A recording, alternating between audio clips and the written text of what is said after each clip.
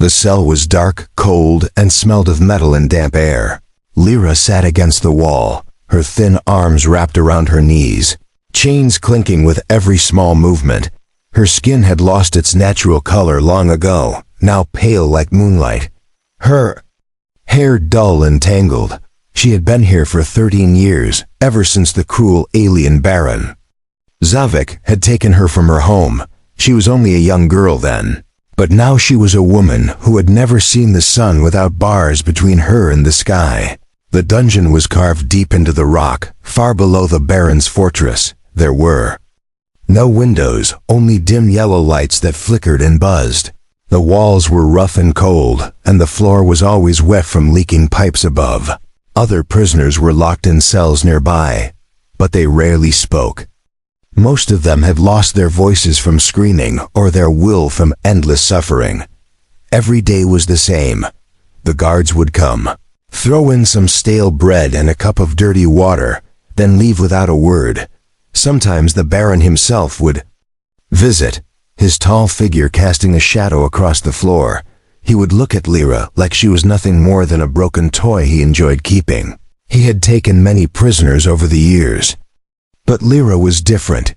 He never let her go, never traded her, never killed her. It was as if keeping her alive was part of his cruel game. Lyra's body carried the marks of her years in chains. Thin scars ran down her back from the whip. Her wrists were raw from the metal cuffs. Her voice was quiet and hoarse from speaking so little.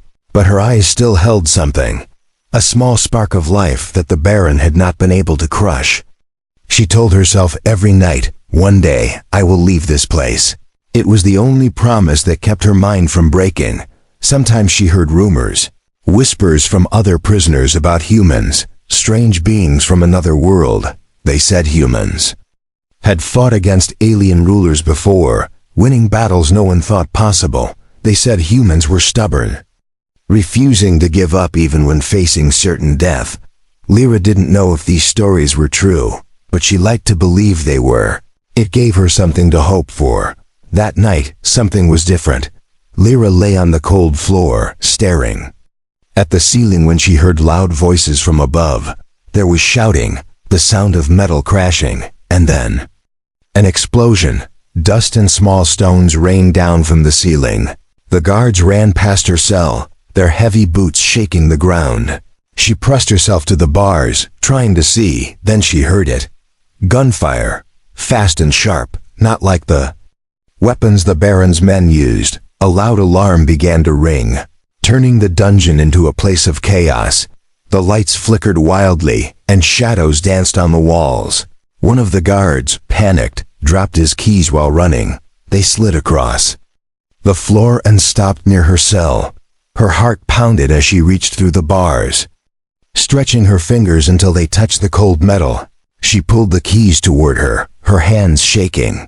She had dreamed of this moment for 13 years, and now it was here.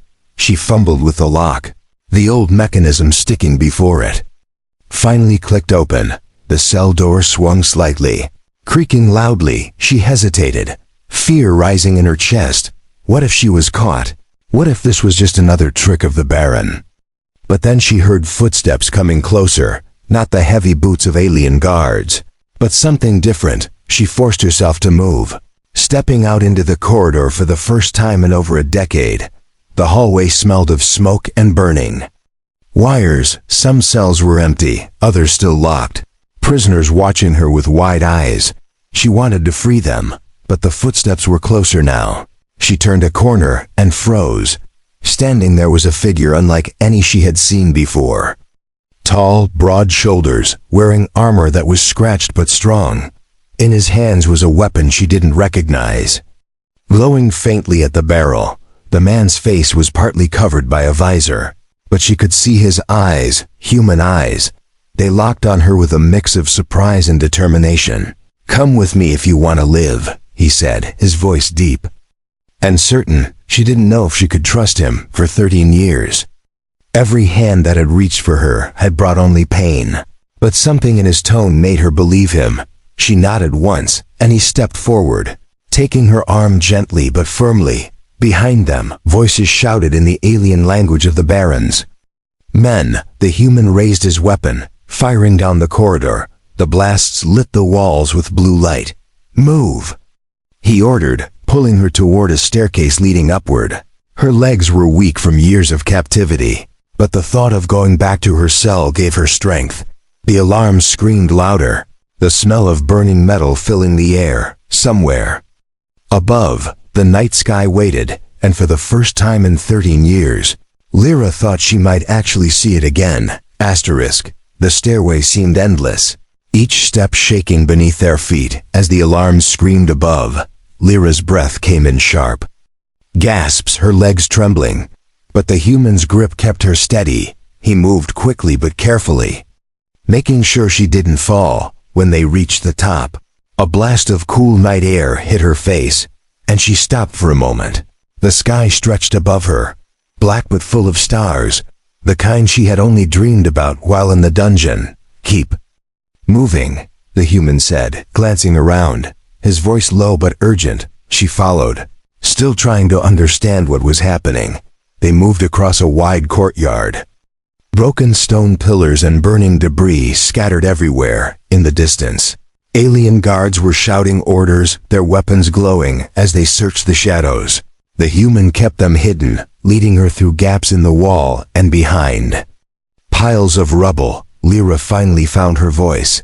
"Who are you?" she whispered, her tone uncertain. The man glanced at her, his visor catching the faint light from a fire nearby. "Ethan Ward," he replied. "I'm not here for the Baron. I'm here for someone else, but I couldn't leave you there." His words were short, but they carried a weight that made her believe him. She didn't ask who he had come for. She didn't care. All she knew was that he had saved her from the chains. They slipped through a hole in the fortress wall, the stones torn apart by some kind of explosion. Beyond the wall was a narrow path leading down the cliffs. The wind was cold, sharp against her skin, but she welcomed it. Every step away from the dungeon felt unreal, like she might wake up and find herself back in the dark cell. But the human's steady presence kept her moving forward. At the base of the cliffs, Ethan led her into a narrow canyon. Here, the walls rose high, blocking the view from above. It was quiet except for the sound of their footsteps and the distant rumble of engines. They finally stopped near a hidden entrance carved into the rock. Ethan tapped a code into a small panel, and the door slid open with a hiss. Inside was a dimly lit room with metal walls, shelves stacked with supplies, and a small table in the center. "This is my hideout," Ethan said, removing his visor. For the first time, Lyra saw his face, rough with stubble, a small scar above his eyebrow, and eyes that were sharp but not unkind. He poured water into a metal cup and handed it to her. She took it with shaking hands and drank, the cool taste almost making her dizzy. Fresh water, real water, not the dirty liquid the guards used to throw in her cell. Ethan handed her a piece of bread. "You need to eat," he said simply. She hesitated. Part of her still wondered if this was some kind of trick, but hunger was stronger than doubt, and she took small bites. Ethan sat across from her, checking the charge on his weapon while watching her carefully. "You've been there a long time," he said quietly. 13 years, she replied, her voice barely above a whisper. Ethan didn't react with shock. He simply nodded, as if he understood what that meant. "The Baron doesn't let go of things he owns." Ethan muttered, "He'll come after you." Lyra's chest tightened. She knew he was right. She had seen the Baron hunt down runaways before. Those who were caught never returned alive. "I can go," she said suddenly. Ethan looked up, frowning. "If I leave, he won't bother you," she explained. "No," Ethan said firmly. "I don't abandon people." His voice was calm but carried a finality that ended the discussion. Lyra didn't understand why a stranger would risk his life for her, but something in his tone made her stop arguing. Outside, the sound of engines grew louder. Ethan stood and moved to the door, peering through a small scanner. 2 alien patrol ships were sweeping the area, their searchlights cutting through the night. "They're looking for you already," he said. He grabbed a small pack, slinging it over his shoulder. We can't stay here long. I have another safe place further south. Lyra's heart pounded again. She didn't want to run anymore. Her body was weak, and every step felt like a battle, but she knew staying would mean capture. Ethan opened a side exit in the hideout. Leading into a narrow tunnel, it was dark, the air heavy with dust. But it led them far from the canyon before opening onto open ground. They moved through rocky terrain, the stars above their only light. At one point, Ethan stopped suddenly, raising his hand for her to stay still. In the distance, shadows moved. Alien hunters on foot, scanning the ground for tracks. Ethan crouched low, motioning for her to follow. They crawled through a shallow ditch until they reached cover behind a large boulder. From there, they could see the hunters passing by, their weapons glowing faintly in the dark. When the danger passed, they continued. Lyra stumbled once, but Ethan caught her before she fell. "You're not slowing me down," he said before she could apologize. His tone wasn't harsh. It was steady, almost reassuring. They walked until the horizon began to lighten with the first hints of dawn. Ethan pointed toward a cluster of rocks in the distance. "Shelter's there," he said. "We'll rest, then figure our next move." Lyra didn't know what the next move would be. She didn't know why this human had risked himself for her, but as they reached the safety of the rocks and Ethan helped her sit, she realized something she hadn't felt in 13 years. She wasn't alone anymore. The sun had barely risen when the first sound of danger reached them. It was faint at first, a low hum in the distance, but Ethan recognized it instantly. "Drones," he muttered. Scanning the horizon with sharp eyes, Lyra tensed, her hands gripping the edge of the rock they hid behind. She knew the Baron's drones. Once they caught your scent, they never stopped hunting. Ethan pulled a small device from his pack, twisting a dial until a thin wave of static filled the air. "This will confuse their sensors for a while," he said. "But we can't stay here." Lyra followed him as they moved across the rocky ground. Staying low, every few steps, Ethan would glance over his shoulder, his expression tense but focused. The desert stretched wide around them, broken only by jagged cliffs and the occasional patch of dry, twisted plants. High above, the drones circled like vultures. Ethan's device kept them from locking onto their exact location, but it was only a matter of time before the Baron sent more than machines. Lyra's breathing was heavy, but she didn't complain. She had learned long ago that in moments like this, every second mattered. They needed to keep moving, no matter how tired they were. By midday, they reached a narrow canyon shaded from the harsh sun. Ethan motioned for her to rest while he scouted ahead. She sat against the cool rock, pulling her knees close. It felt strange, being outside, hearing the wind, seeing open space after years of nothing but walls. But the freedom felt fragile, like it could be taken away at any moment. When Ethan returned, his expression was grim. "They're closer than I thought," he said. "The Baron has put a bounty on you, alive or dead." Lyra's heart sank. She had known the Baron wouldn't give up easily, but hearing it out loud made her stomach twist. "He won't stop," she whispered. "No," Ethan agreed. "But neither will I." They continued through the canyon, moving as quickly as they could. The walls rose high on both sides, their shadows giving them some cover, but the narrow path also meant they had fewer places to hide. A sudden noise, the crunch of footsteps on stone, made them freeze. Ethan raised his weapon slowly, signaling for Lyra to stay back. 2 alien hunters appeared ahead, their armor marked with the Baron's crest. They carried long rifles and moved with the confidence of predators. Ethan waited until they were close before firing. The blast echoing through the canyon, one hunter dropped instantly, but the other dove for cover. Returning fire, Lyra pressed herself against the rock, the sound of energy bolts sizzling past her ears. Ethan moved fast, using the terrain to his advantage. Within moments, the second hunter was down, his weapon clattering to the ground. Ethan quickly searched them, taking spare ammunition and a small scanner. "They'll send more when these two don't report back," he said. "We have to go now." They pushed on until they reached the far end of the canyon. Beyond it lay a dry plain dotted with old ruins, broken towers and crumbling walls from a civilization long gone. Ethan led her toward one of the larger structures, its entrance hidden behind a fallen slab of stone. Inside it was cool and dark, the air thick with dust. "This will hide us for a few hours," he said, setting down his pack. Lyra sat in the corner, her body aching.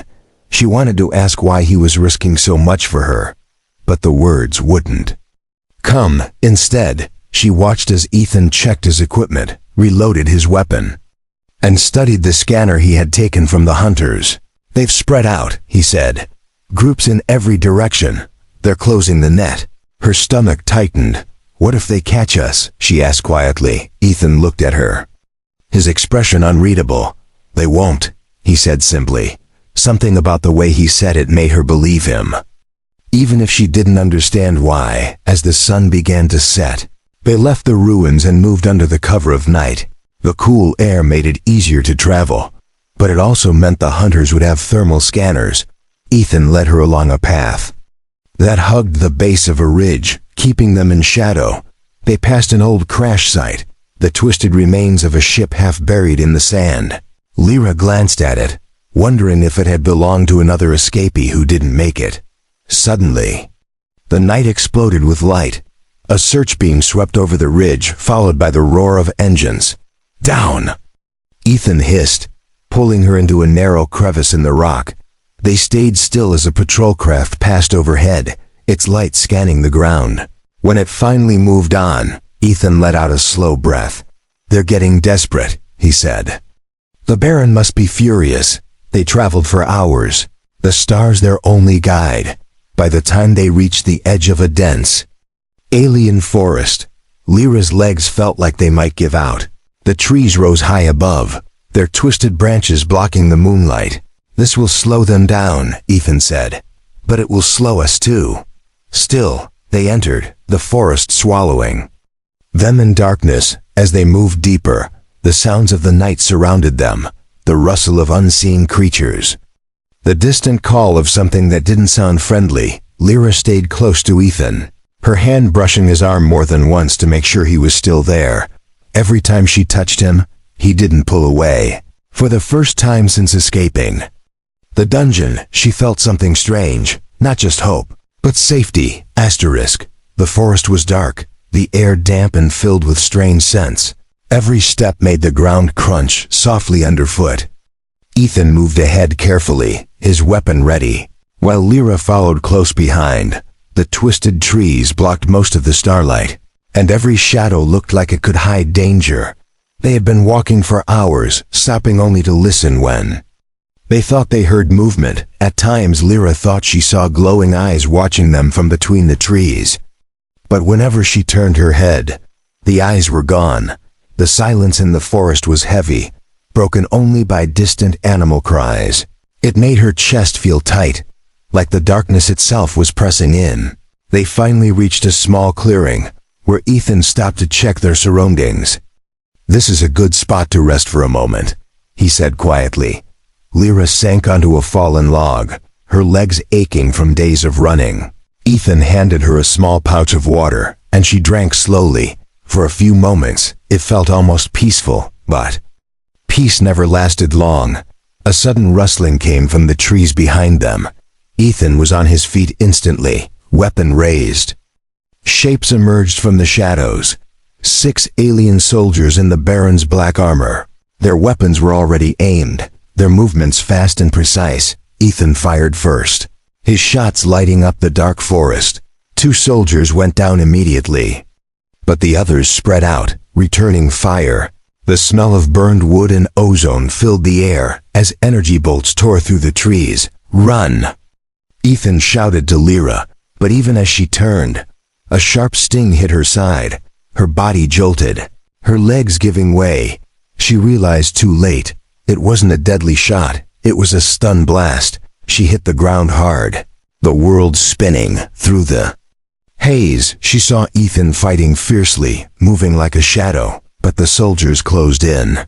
Their numbers too many. One of them struck him in the back with a heavy blast, and he fell to his knees. Two more rushed in, forcing him down. Get away from her, Ethan roared, but a rifle butt to the side of his head silenced him. Lyra tried to crawl toward him, but a soldier's boot pressed her down. She struggled, but her strength was gone. Rough hands grabbed her arms, binding them tightly. She was lifted off the ground and dragged through the forest, her vision blurring.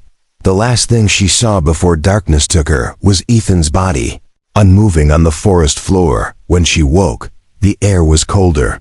She was back in chains, this time in a different cell. The walls were smooth metal, the lights brighter than the dungeon she had known. Her heart sank. She knew this place. It was the Baron's upper fortress, the one reserved for his most valued captives. The door hissed open, and Baron Zavik stepped inside. His tall, armored frame filled the doorway, his cold eyes locking on her. A cruel smile spread across his face. "You've caused me much trouble, little pet," he said in his deep, mocking voice. "You ran far, but did you really think you could hide from me?" Lyra kept her eyes on the floor, refusing to give him the satisfaction of fear. He stepped closer, lifting her chin with one sharp claw. "I should punish you for this," he said slowly, "but instead, I will use you."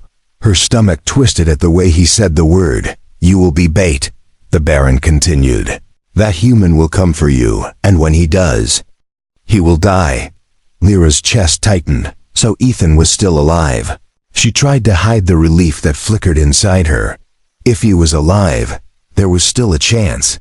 The Baron's soldiers dragged her from the cell, taking her to a grand hall, where alien nobles gathered for a feast. She was chained to a tall pillar at the center, displayed like a trophy. The Baron stood at the head of the table, his voice carrying over the crowd as he spoke of his hunt. Every sound, every laugh from the nobles burned into her. She could feel their eyes on her like knives. But beneath her fear, something else began to grow: anger. She had spent 13 years in darkness, and now the Baron wanted to use her to kill the only person who had ever helped her. She would not let that happen. As the feast continued, she noticed movement near the ceiling, small shadows slipping between the beams. Her heart skipped. The guards didn't see it, too focused on the celebration. She strained her ears and caught a faint, familiar sound, a soft click, like a weapon being loaded. Her chains rattled slightly as she shifted, pretending to adjust herself. She had no way of knowing if it was really Ethan or if her mind was playing tricks. But deep inside, she felt it. He was here. The Baron continued speaking, raising his glass in mock victory, and Lyra, despite everything, allowed herself the smallest of smiles. The grand hall was alive with noise, alien nobles laughing and clinking their strange crystal cups together. The smell of roasted alien meat mixed with the sharp scent of burning incense. Lyra stood in the middle of it all, chained to the pillar, her wrists aching under the weight of the cuffs. She kept her head down, hiding the fire in her eyes. The Baron wanted her to look broken. She would not give him that satisfaction. At the far end of the room, Baron Zavik sat on his high throne.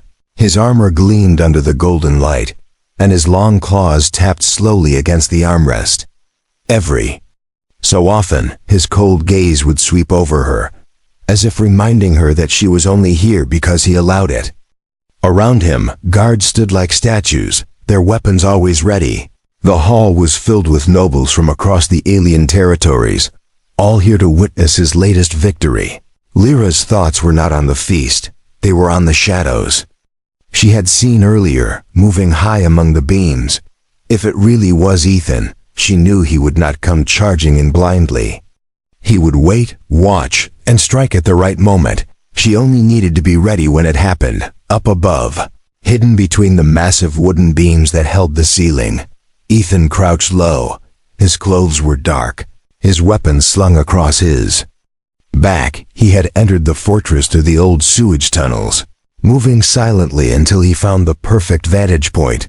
From here, he could see the entire hall, the guards, the exits, and Lyra chained in the center.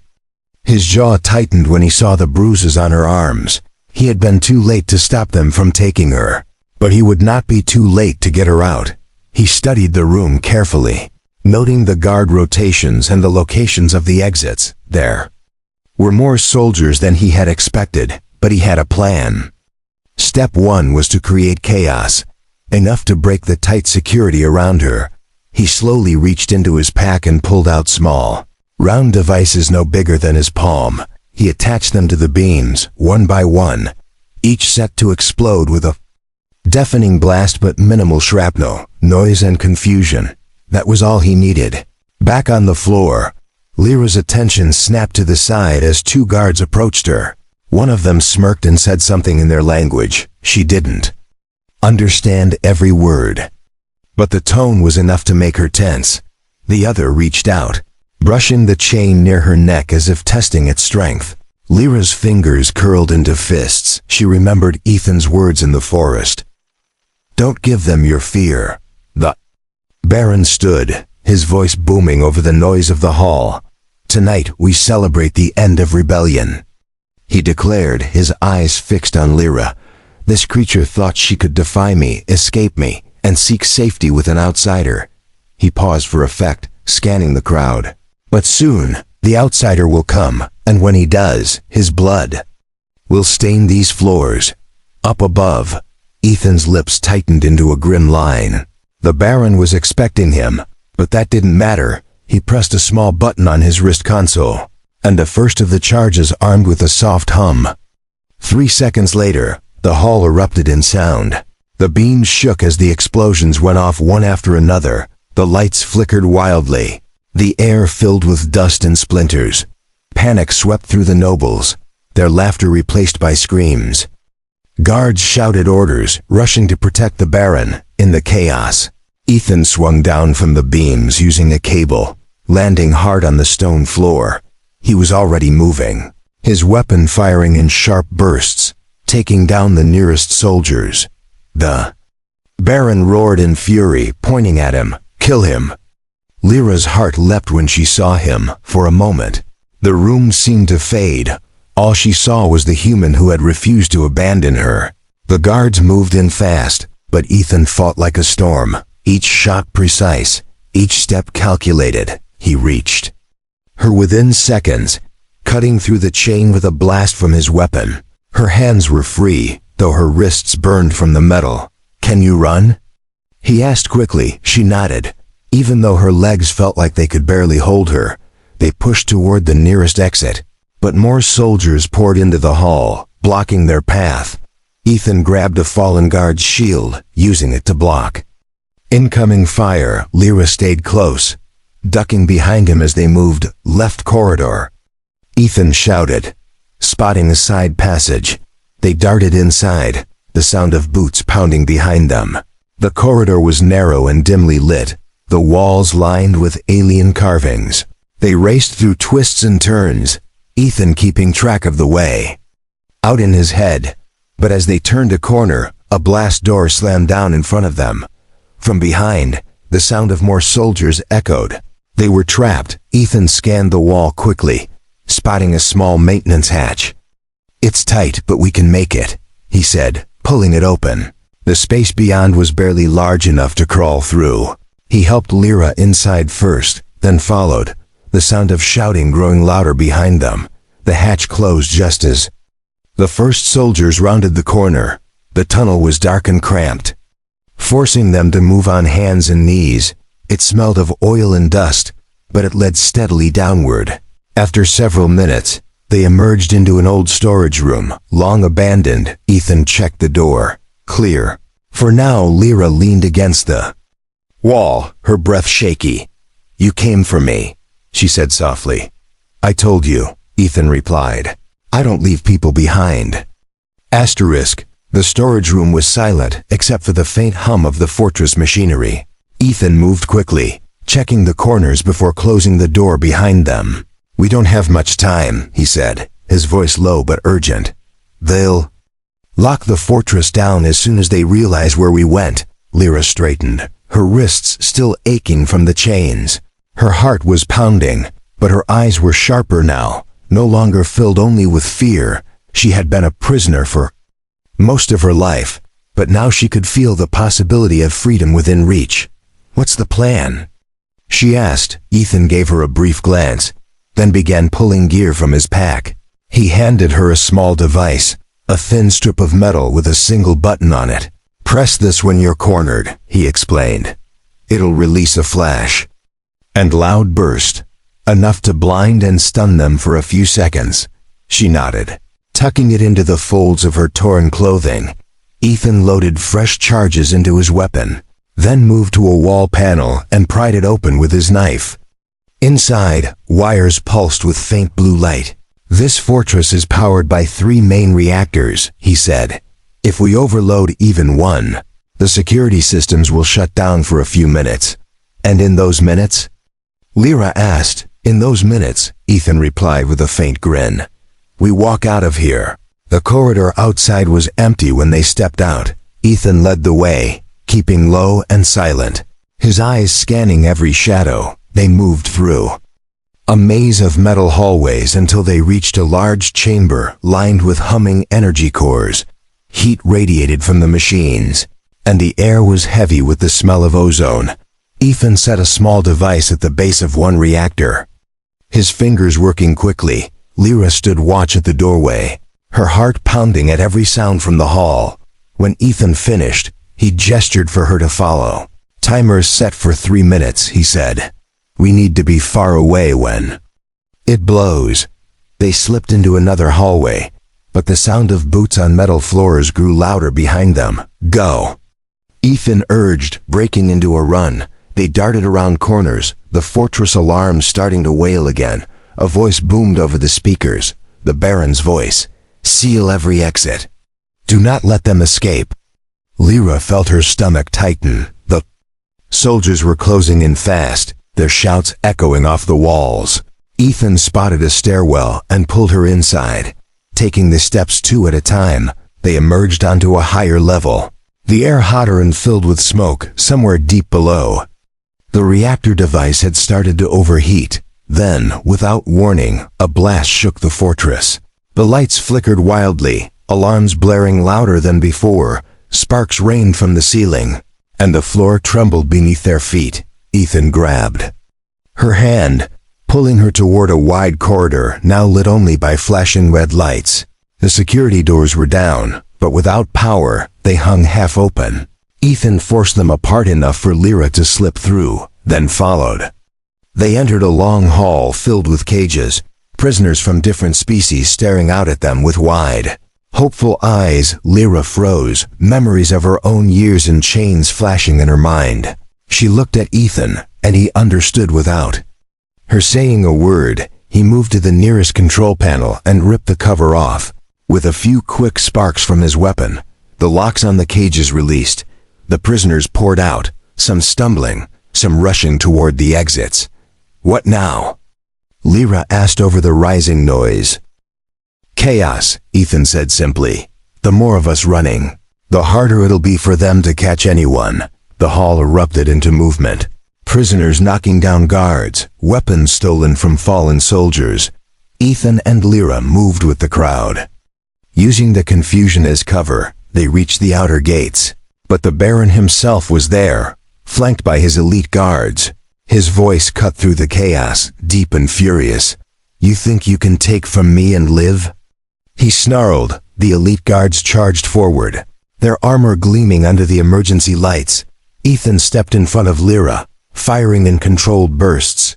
One guard fell, but the others kept coming. The Baron moved slowly, his eyes locked on Ethan, claws flexing like a predator ready to strike. "Run," Ethan told Lyra, his tone leaving no room for argument. But Lyra didn't move. She grabbed the flash device he had given her earlier, clicking it just as the remaining guards closed. In a blinding light and deafening blast filled the air. The guards staggered, covering their eyes. And Ethan seized the moment to push through, pulling her with him. They burst through the gates into the open night. The cold air hit Lyra's face, and for the first time in years she smelled freedom. Behind them, the fortress burned, prisoners, spilling into the wilderness.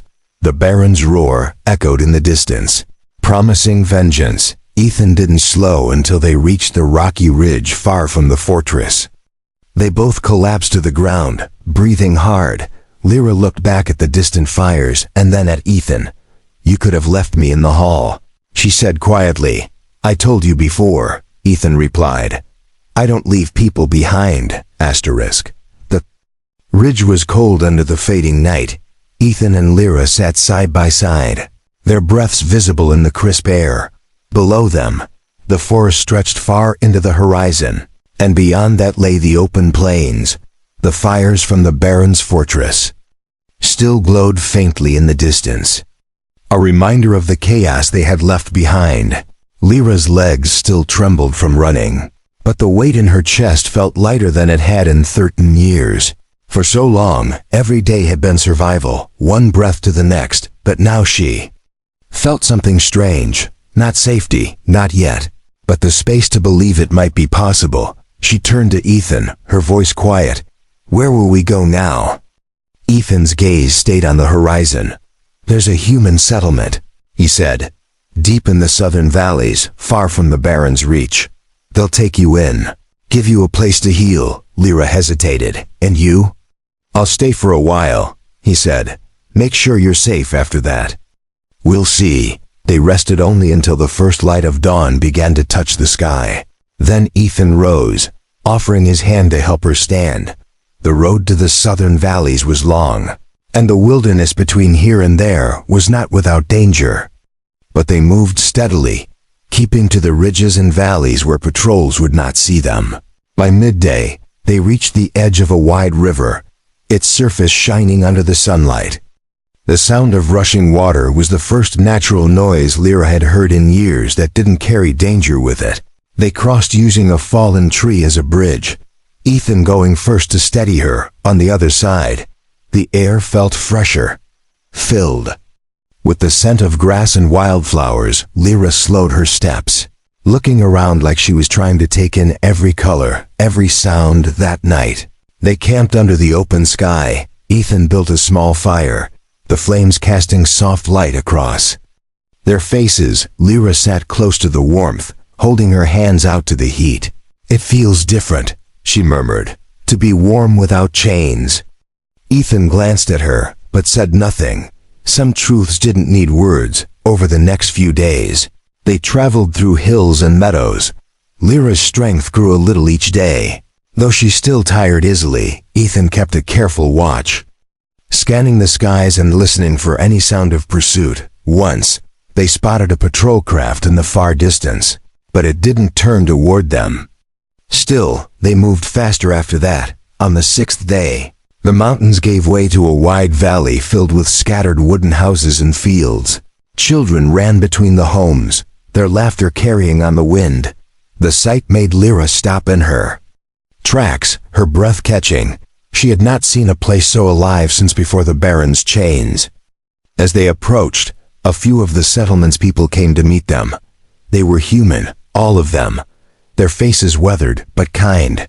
Ethan spoke quietly with the elder, a tall man with silver hair. He explained who Lyra was and where she had come from, though not every detail. The elder listened, then nodded slowly. "She can stay here," he said. "No one will harm her." The people brought her into the village, offering food and clean water. A woman gave her a simple dress to replace her torn clothing. For the first time in years, Lyra stood in front of a small mirror. She almost didn't recognize herself, not because of the scars, but because there was color in her face again. Her eyes, once dull, now carried a light she thought she had lost.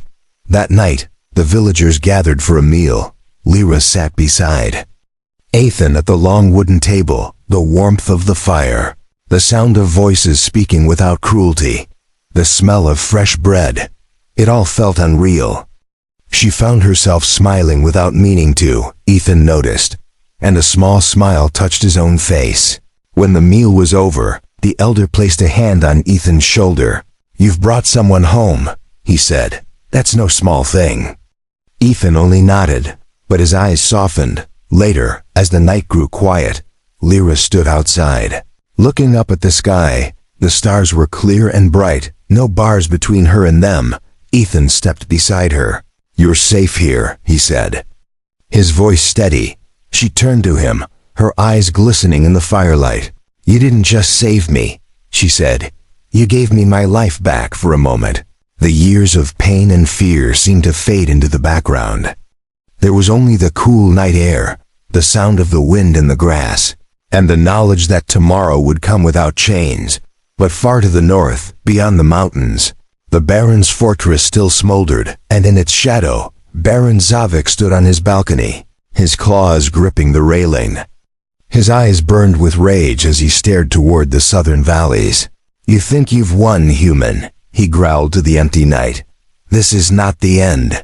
Back in the valley, Lyra didn't see the danger still watching from afar. For now, she only saw the small cabin the villagers had given her, the warm bed inside, and the faint glow of Ethan's campfire just beyond her window.